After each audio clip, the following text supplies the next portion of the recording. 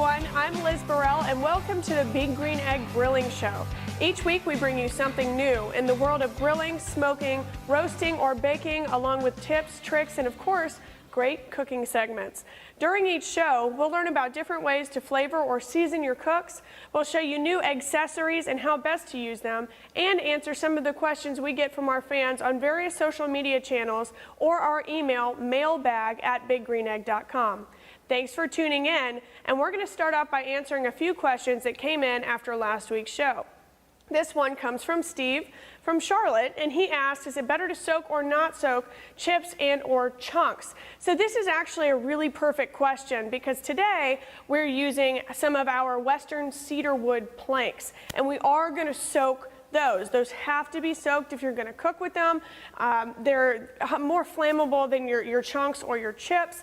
When you're using chunks or chips, it's better to soak your chunks for a longer cook. For your chips, it's not necessary. You can if you want to, but you know, at the end of the day, it's still going to be the same cook.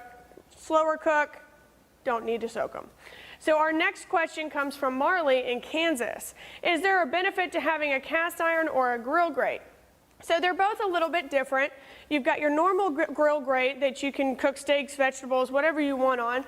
The major difference is that the cast iron is seasoned like a cast iron skillet. So you're going to get harder grill lines on your steaks or your pork chops or your chicken or your vegetables, and it's going to hold the flavor a little bit more than a normal grill grate would.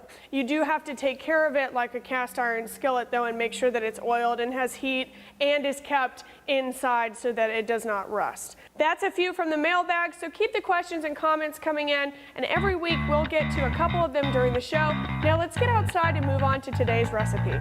So today's recipe is my cedar planked honey glazed salmon, and we're going to start out with an entire side of salmon, and we're going to go over how to trim this, check it for bones. We're also going to do my butter lemon asparagus recipe. We're not using any kind of accessories inside the egg today. We're going full on direct at 400 degrees.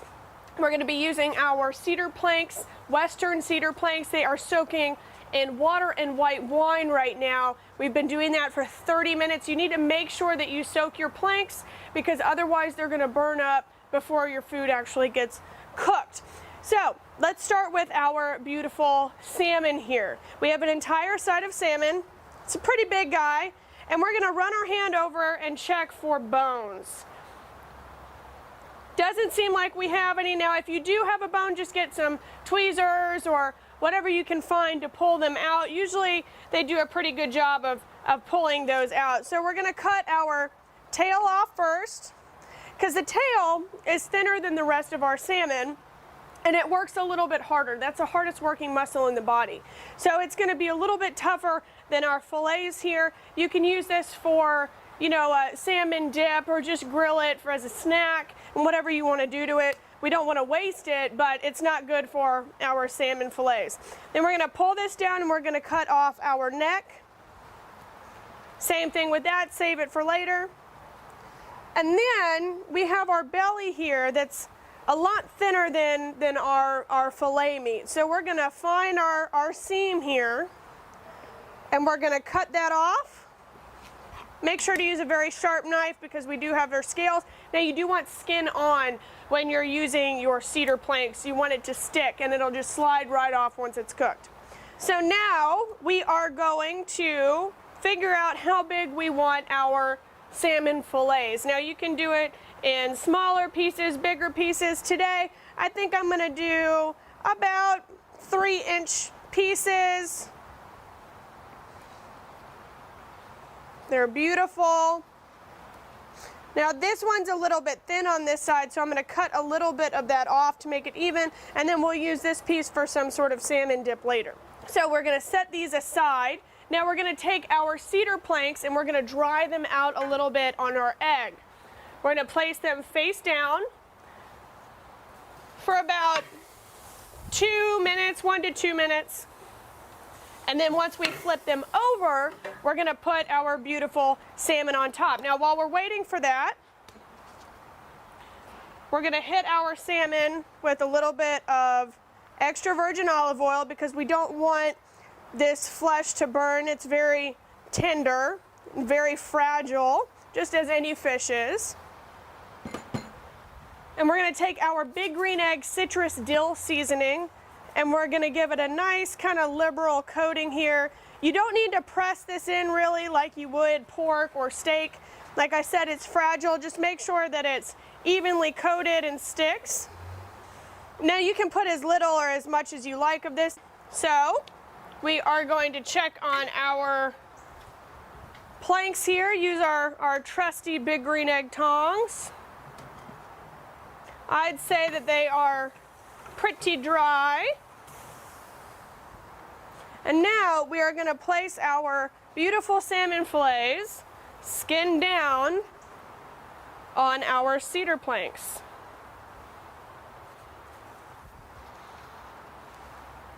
Move them over here just a little bit so we can make room for our asparagus.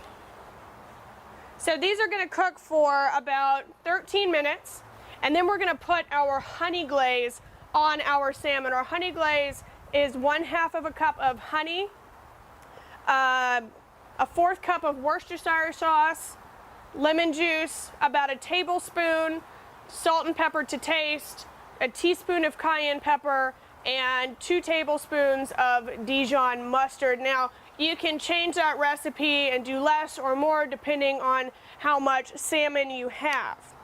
So for now, we are going to change our gloves, and we are going to work on our asparagus here real quick. This is super simple. We've got about a 1/2 of a tablespoon of lemon zest, about 2 tablespoons of lemon juice, and then we've got a 1/2 cup of butter here. Like I said, you can do more or less of this depending on how many people you're cooking for. We're going to pull our asparagus over, coat it with olive oil, once again, so it doesn't burn. Season with a little pepper, a little salt.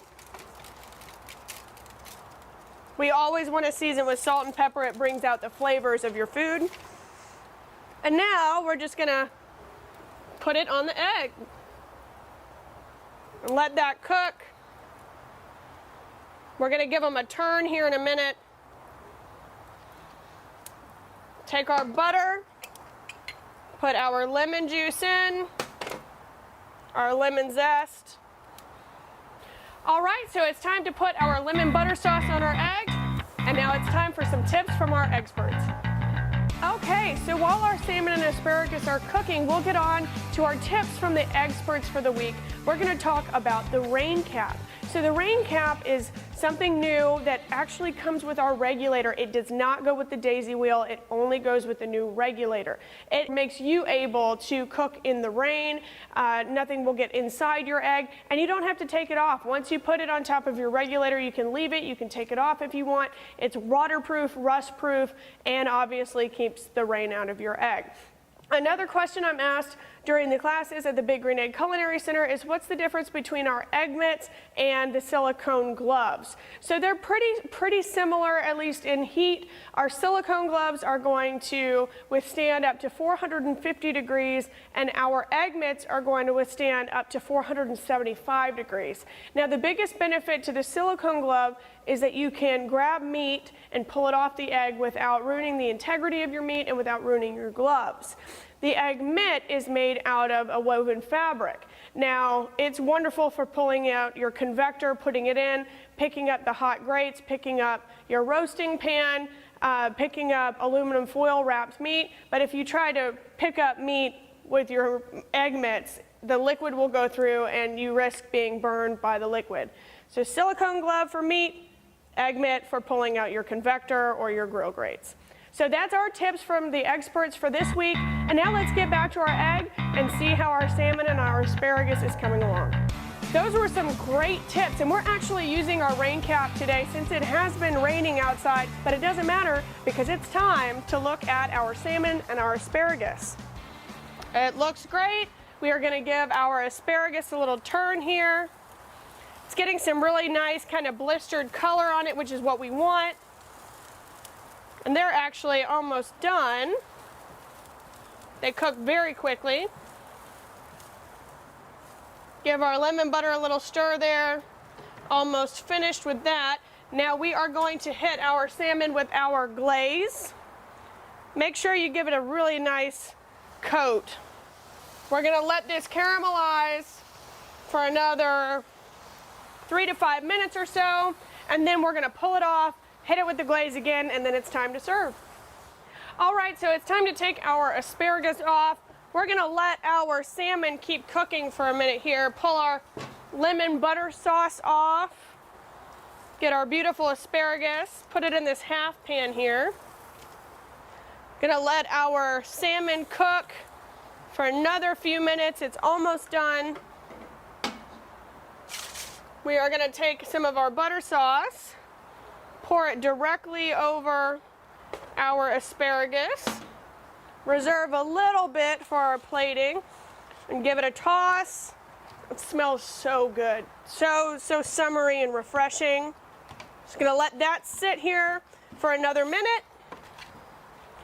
We are ready to take our salmon off the egg. It's looking nice and brown and crispy. Very happy with how this has turned out.